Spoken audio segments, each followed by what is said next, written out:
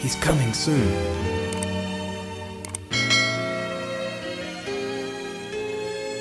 Shalom Aleichem. Apa kabarnya? Haleluya, luar biasa. Yes. Anak Nuha, kita itu Sangat istimewa. ya Bapak Ibu Saudara yang dikasih oleh Bapak Yahweh, hari ini kita akan dengarkan Dafar Elohim yang saya beri judul yaitu Befa'alot Hamasyah, atau yang artinya milik Hamasyah. Saudara yang dikasih oleh Bapak Yahweh, kita akan baca terlebih dahulu kitab suci kita di dalam kitab Galatim atau Galatia pasal 5 ayatnya 24. Galatia 5 ayat 24. Demikian Dafar Elohim. Ha anasim ha sayakim lamasyiah salfu et besarim im tesukhotai wata'afotai, yang artinya orang-orang milik Hamasyah, mereka telah menyalibkan daging bersama nafsu-nafsu dan hasrat-hasratnya. Amin. Saudara yang dikasih oleh Tuhan, kenapa kok kita disebut milik Hamasyah, saudara? Kenapa kita ini disebut sebagai miliknya Hamasyah? Artinya kalau kita ini miliknya Hamasyah, berarti kita bukan milik kita sendiri. Kita bukan miliknya dunia, tetapi miliknya Yeshua Hamasyah. Kenapa kita menjadi miliknya Hamasyah, saudara yang dikasih oleh Bapak ya? Karena kita sudah dibeli oleh Yeshua Hamasyah. Amin. Dan sekarang kita sudah dibeli dengan satu harga dan dibayar cash atau tunai, saudara. Bayarnya bukan lunas tetapi cash. Karena kalau cash itu artinya kontan sekali, saudara, dengan darah Yeshua Hamasyah. Karena kalau lunas itu selesai. Tapi sekarang ini model lunas berbeda dengan cash. Kalau cash itu pasti kontan selesai, saudara. Tapi kalau lunas itu bisa nyicil. Kita dibeli tidak nyicil, saudara. Yeshua membeli kita tidak nyicil, tetapi cash kontan oleh darah Yeshua Hamasyah. Makanya dikatakan dan orang-orang milik Hamasyah. Kenapa kita miliknya Hamasyah? Karena kita sudah dibeli. Jadi yang membeli Yeshua berarti kita miliknya Bapa yang sudah dibeli oleh Yeshua Hamasyah dengan darah yang mahal. Jika kita milik Hamasyah, yang pertama yaitu adalah menyalibkan daging. Artinya menyalibkan daging itu mematikan keinginan daging atau hawa nafsu. Jadi kalau kita milik Hamasyah, kita harus menyalibkan daging kita. Artinya mematikan keinginan daging, hawa nafsu duniawi kita. Harus bisa menjaga. Kenapa 1 minggu kita ini diajar untuk kita boleh mengendalikan, jauhkan ragi. Dan hari ini sudah selesai, saudara. Tadi jam 6 kita sudah selesai. Nanti makanya kita sudah bisa makan roti kalah. Karena pasti ada raginya, saudara. Jadi sudah selesai. Dan kita diajar, dan justru saat kita diajar tadi gangguannya banyak, saudara. Yang biasanya sabar dilatih untuk tidak sabar, makanya pancingannya banyak. Terus yang biasanya kita mau bertahan untuk tidak gosip, rasanya pingin banget gosip. Nah itulah yang terjadi. Menyalibkan daging artinya mematikan keinginan daging atau hawa nafsu duniawi. Keinginan duniawi kita itu kita kekang sendiri, kita tahan sendiri, saudara. Menyalibkan daging, jadi hawa nafsu kita ini. Saudara yang dikasih oleh Bapak ya, hawa nafsu itu macam-macam, saudara. Seperti tadi, menjatuhkan orang, iri, dengki, kepahitan, kejengkelan, amarah, emosi. Inilah yang namanya kepahitan daging, saudara. Artinya keinginan daging harus kita matikan. Kalau benar-benar kita milik Hamasyah, saudara. Itu yang pertama. Yang kedua, siap berjalan dengan dipimpin oleh Ruach HaKodes. Di dalam kitab Galatia tadi katakan orang-orang milik Hamasyah mereka telah menyalibkan daging bersama hawa nafsu, bersama dengan nafsu-nafsu dan hasratnya. Yang kedua, siap berjalan dengan dipimpin oleh Ruach HaKodes. Jadi jalannya itu karena kalau miliknya Tuhan ya sesuai aturannya Tuhan. Caranya gimana? Dipimpin Ruah Kudus. Kita nggak mungkin mampu, kita nggak punya kekuatan, tetapi kita dipimpin oleh Ruah Kudus. Kalau tadi ayat 24, ini ayat 25. Demikian dawar Elohim, im khayenu min haruah hafagamnit halek alpi haruah. Jika kita hidup dalam roh, kita dapat berjalan dalam roh.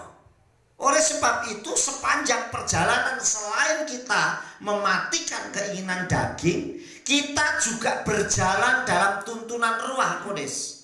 Supaya apa? Supaya kita dimampukan, supaya kita bisa melakukannya. Kita nggak bisa mengekang keinginan daging tanpa ada Ruah Kudus dalam diri kita. Kalau ada, kita akan belajar.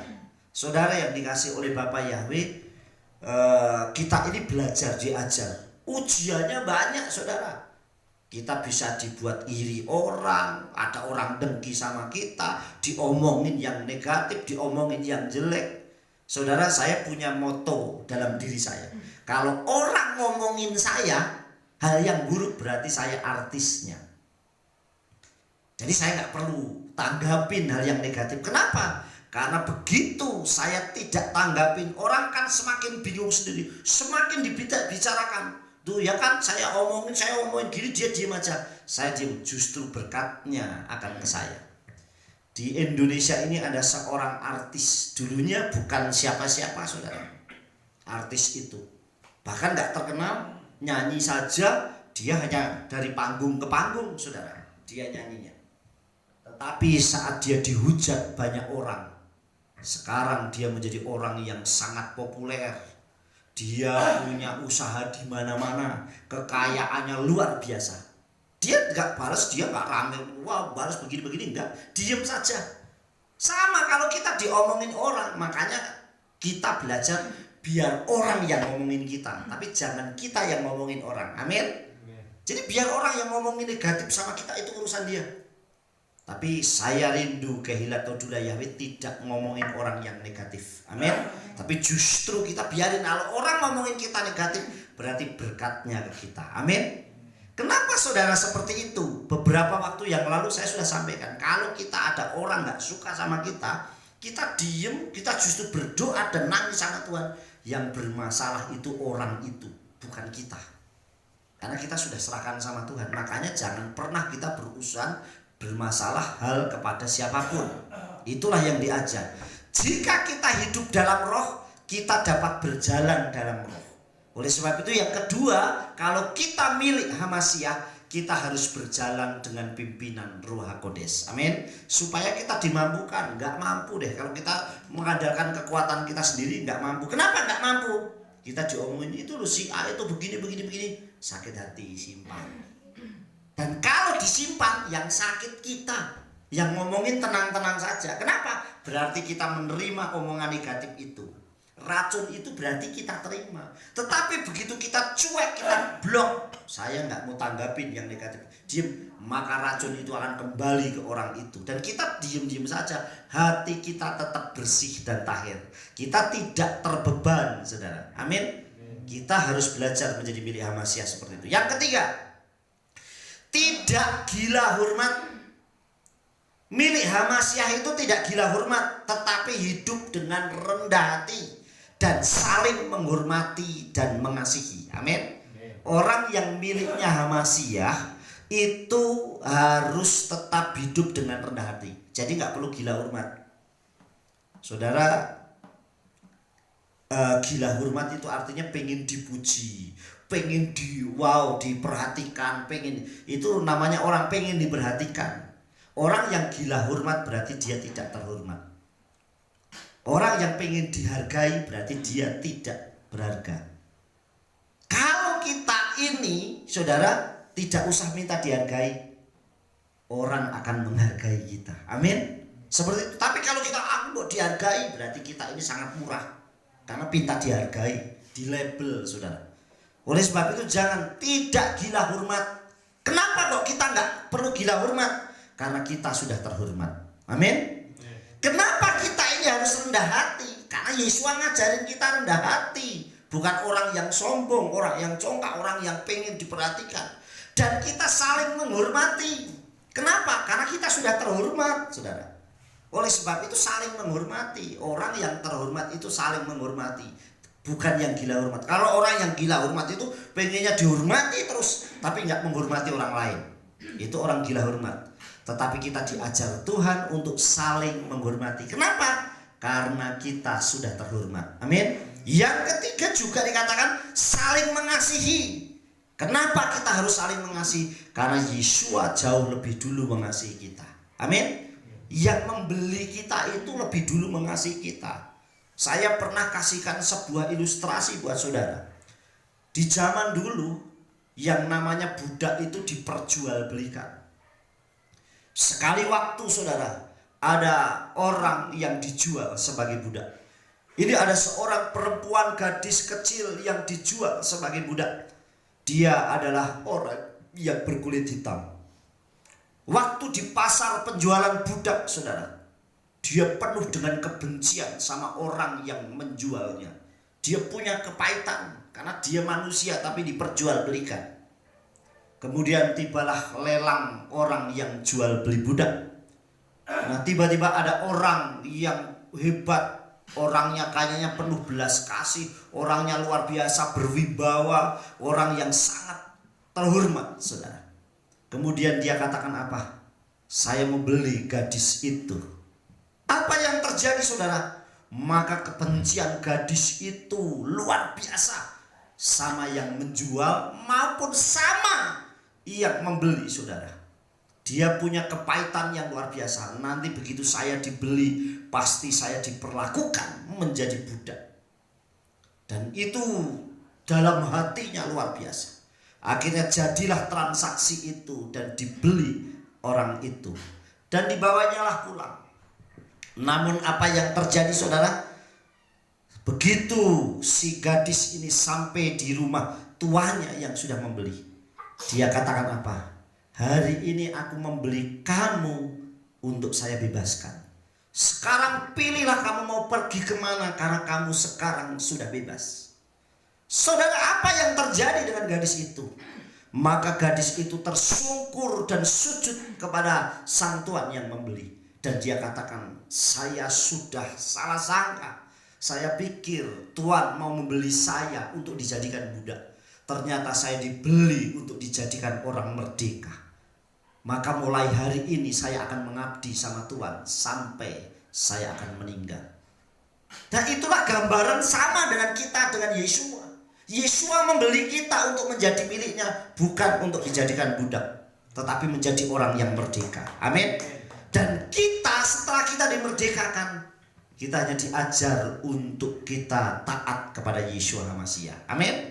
Bersyukur kita memiliki hal yang seperti itu. Makanya kita tidak perlu gila hormat. Kenapa? Karena kita sudah terhormat. Dibeli oleh Yesua itu satu kehormatan. Karena yang membeli adalah Tuhan daripada segala Tuhan. Dan kita harus belajar rendah hati. Karena Yesua membeli kita itu rendah hati, karena penuh kasih. Dan kita harus saling mengasihi. Karena Yesua jauh lebih mengasihi kita. Membeli kita bukan dijadikan budak, tetapi dijadikan orang yang merdeka. Di dalam kitab Galatia pasal 5 ayat yang ke-26 atau Galatia 5 ayat 26, ini ayat urutannya 3 ayat berturut-turut. Dikatakan demikian, al nanije so afai kafot sawe hamik harim khaneim isbareehu, yang artinya biarlah kita tidak menjadi angkuh. Artinya angkuh, sombong, saudara, egois, merasa dirinya paling benar, merasa dirinya paling hebat, dengan menghasut seorang terhadap yang lain. Nah, kalau orang yang angkuh ini menghasut, nanti pengennya cari kelompok-kelompok. Wah, saya pengennya pro sama sana, saya cocok. Begitu saya punya masalah sama si A, saya akan cari teman si B, si C, supaya ikut memusuhi. Nah, ini bahaya, saudara, kalau terjadi kayak gini. Dengan menghasut seorang terhadap yang lain, dengan menghendaki seorang terhadap yang lain, dengan mendengki seorang terhadap yang lain. Yesua mengajar kita di ayat yang tadi, saudara, di poin yang ketiga itu untuk saling menghormati karena kita terhormat, saudara. Oleh sebab itu ayatnya biarlah kita tidak menjadi angkuh. Supaya apa? Orang yang angkuh tidak ada kerendahan hati. Orang yang angkuh tidak berjiwa besar. Orang yang angkuh pasti sombong. Nah, saudara yang dikasih, orang yang angkuh itu egois. Terus dikatakan dengan menghasut seorang dengan yang lain. Makanya jangan sampai kita termasuk orang-orang yang jadilah saudara penyebar lidah jahat. Orang yang menyebarkan. Kita lebih bagus saling memberkati. Terima kasih Bapak yang berkati. Itu jauh. Kenapa seringkali kalau saya kirim renungan saudara di WA khususnya, karena kalau di Facebook itu sangat banyak, saya nggak bisa balesin kecuali kalau di ibadah seperti ini nanti baru saya balesin. Tapi kalau di WA begitu ada orang yang cuma amin, saya mesti nggak balas. Tapi begitu amin Pak, terima kasih Bapak yang berkati, mesti saya balas amin. Karena bagi saya berkat itu saya akan aminkan. Tetapi kalau orang cuma bilang amin, haleluya sudah. Tapi begitu amin Pak, Bapak yang berkati, apa Pak Tuhan Yesus yang berkati, mesti saya balas amin. Orang yang balasi siapapun, cepat atau lambat pasti saya balas, karena itu berkat buat saya saudara. Dan di situ dikatakan dengan menghasut seorang terhadap yang lain. Nah, kalau sudah merasa dirinya benar, itu akan mempengaruhi orang lain. Kalau pengaruhnya bagus, luar biasa saudara. Hari ini saya mendapat pelajaran berharga pagi ini, saudara yang dikasih oleh Tuhan. Kenapa saudara? Ini di ladang tempat saya, karena seharian kemarin kan hujan tuh, longsor saudara. Jadi longsor, tanggul apa? Galengan itu nah sini apa ya namanya? Bahasa Indonesianya apa? Itu bahasa Indonesianya apa? Itu susah aja. Pokoknya seperti itulah bagi pendengar. Ya, bahasa Jawa ini galengan, saya nggak tahu deh. Ya pokoknya yang tebingnya lah, tapi di ladang itu longsor kena hujan. Saudara apa yang saudara tahu? Saya datang karena pagi kan masih pagi itu kalau embun hal saya. Terus anak-anak saya datang ke sana semua udah rapi sudah dibantu sama saudara saya, tetangga saya. Saya datang loh, lah kok sudah rapi saudara? Saudara yang dikasih ini pelajaran berharga buat saya. Bagi saya sesuatu yang kita kerjakan, makanya jadi orang yang rendah hati.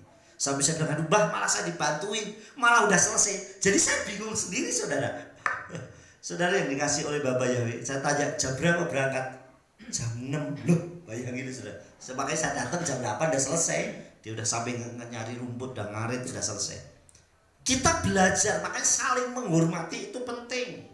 Kenapa? Karena kita sama-sama terhormat. Kalau orang saling menghormati berarti sama-sama orang itu terhormat. Tapi kalau orang yang selalu pengen dihormati berarti dia gila hormat. Dan orang yang tidak terhormat. Oleh sebab itu kita saling menghormati, kita saling mengasihi. Kenapa? Karena Yesus jauh lebih dulu mengasihi kita. Yang terakhir saudara, jika kita milih Hamasiah, maka hidup kita bukan kita lagi. Kalau kita milih Hamasiah, berarti hidup kita ini bukan kita lagi, tetapi Yesua yang ada di dalam diri kita. Maka kehidupan kita harus mencerminkan Yesua Hamasiah. Hidupku bukannya aku lagi, tetapi Yesua yang di dalamku. Nah, kalau Yesua di dalam kita, harusnya hidup kita benar. Amin. Hidup kita itu rendah hati. Hidup kita saling mengasihi. Hidup kita saling menghormati. Katanya Yesua di dalam kita, tapi ngomongin orang terus. Katanya Yesua di dalam diri kita, tapi jelekin orang terus. Katanya Yesua dalam diri kita, jahatin orang terus. Katanya mengasihi, tapi merendahkan orang terus. Makanya pola itu berubah. Mari pola kita berubah. Jika Yesua Hamasiah itu kita ini milik Yesua Hamasiah, maka hidup kita bukannya kita lagi. Hidupku bukannya aku lagi, tetapi Yesua yang di dalamku. Kalau Yesua yang di dalam diri kita, berarti hidup kita harus mencerminkan, karena Yesua yang di dalam diri. Yesua itu penuh dengan kasih. Dia penuh dengan menebar kasih. Dia menebar damai di mana-mana. Saudara yang dikasih oleh Tuhan, belajar. Mari kita belajar. Kita ini bukan milik kita lagi, milik Yesua. Maka belajarlah seperti Yesua Hamasiah. Amin, saudara. Dalam kitab Galatia pasal 2 ayat 20a, di situ dikatakan demikian, saudara. Hamasiah Nitslaviti weloot anikai elah Hamasiah haibi, yang artinya ada kata kai. Aku telah disalibkan bersama Hamasiah, artinya keinginan daging saya sudah dimatikan bersama Yesua Hamasiah. Aku hidup, dikatakan anikai, aku itu hidup, berarti sekarang saya udah gak mati lagi, sudah disalibkan dan bangkit bersama Yesua. Makanya dikatakan ayatnya bunyinya apa? Elah hamasiah kaibi, melainkan hamasiah. Jadi aku hidup tetapi bukan aku lagi. Aku hidup tapi bukan aku lagi. Di dalam diri saya ada Yesua Hamasiah yang ada dalam diriku. Jadi yang di dalam diri kita itu ada Yesua Hamasiah. Nah kalau Yesua Hamasiah, hidupnya harus benar, saudara. Saya banyak lihat orang, semua yang dijabarkan daftar Elohim, tapi senengnya ribut. Aneh saya. Harusnya tidak. Di Facebook kalau nulis firman Tuhan itu rapinya luar biasa. Tapi mengundang untuk selalu ribut, saya nggak mau, saudara. Bagi saya tidak. Tugas saya hanya menabur. Tapi kalau ada orang yang tidak setuju, ya sudah, saya nggak akan tanggapin. Karena orang punya pandangan yang sendiri yang berbeda. Yang terakhir dikatakan ayatnya begini, dalam kitab Romiim atau 14 ayat 8. Romiim 14 ayat 8 dikatakan demikian. Kese anu hayim lesema adon anu hayim keseknu metim lesam adon adnu metim lefikak bein sehayim bein semetim la adon anu sahayim. Kata saya yang artinya, saudara, sebab jika kita hidup untuk Tuhan. Jadi selama kita dikasih kesempatan untuk hidup, hiduplah untuk Tuhan. Dan jika kita mati, nanti kita mati pun matinya juga untuk Tuhan. Jadi baik kita hidup maupun mati, ya untuk Bapa Yahweh, untuk Tuhan. Amin. Jadi baik hidup dan mati kita untuk Bapa Yahweh. Saudara yang dikasih oleh Bapa Yahweh, mari kita akan belajar bahwa kita bukan milik kita lagi, tetapi kita milik Yesua Hamasiah. Saudara yang dikasih oleh Tuhan, kita belajar dengan sungguh-sungguh. Saya bersyukur saya menyiapkan renungan ini dari hari Senin. Makanya posternya udah saya kirim dari Rabu itu udah jadi. Karena saya menyiapkan dari hari Senin, termasuk yang untuk besok, saudara. Dan itu sebagai ingatan daftar Elohim itu pakai pedang bermata dua buat saudara dan juga buat saya sendiri. Sebelum saya sampaikan, saya harus mengalami. Saya khotbah tentang rendah hati, tapi kalau saya sendiri tidak rendah hati, buat apa? Saya ngajarin saudara untuk tidak menjelekkan orang, menjatuhkan orang, tapi saya suka menjatuhkan orang, ya buat apa?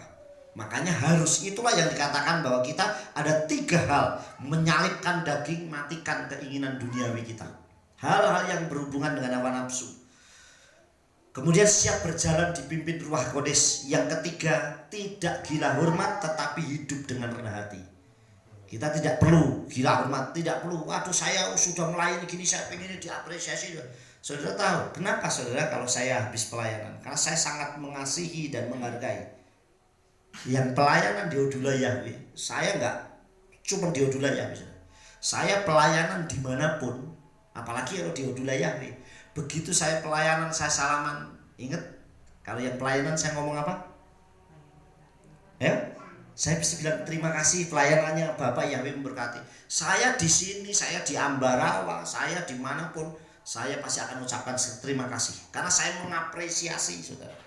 Padahal saya yakin orang yang pelayanan juga tidak perlu dibilang terima kasih, nggak perlu. Tapi saya harus menghormati, menghargai orang yang melayani.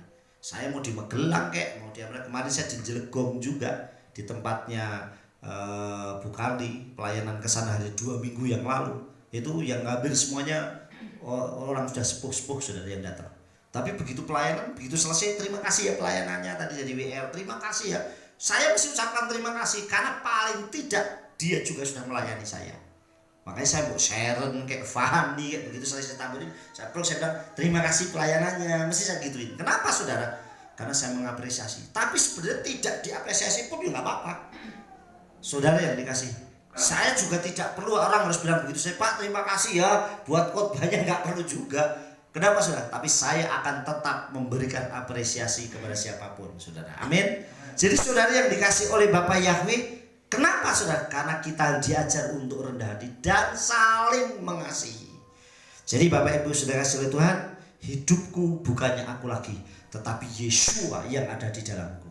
Kalau Yesua di dalam kita, maka sifat, kehidupan, perilaku, cerminannya harus Yesua Hamasiah. Amin. Sukses besar buat kita semua. Abah Yahweh Elohim, Besim Yeshua Mashiach memberkati.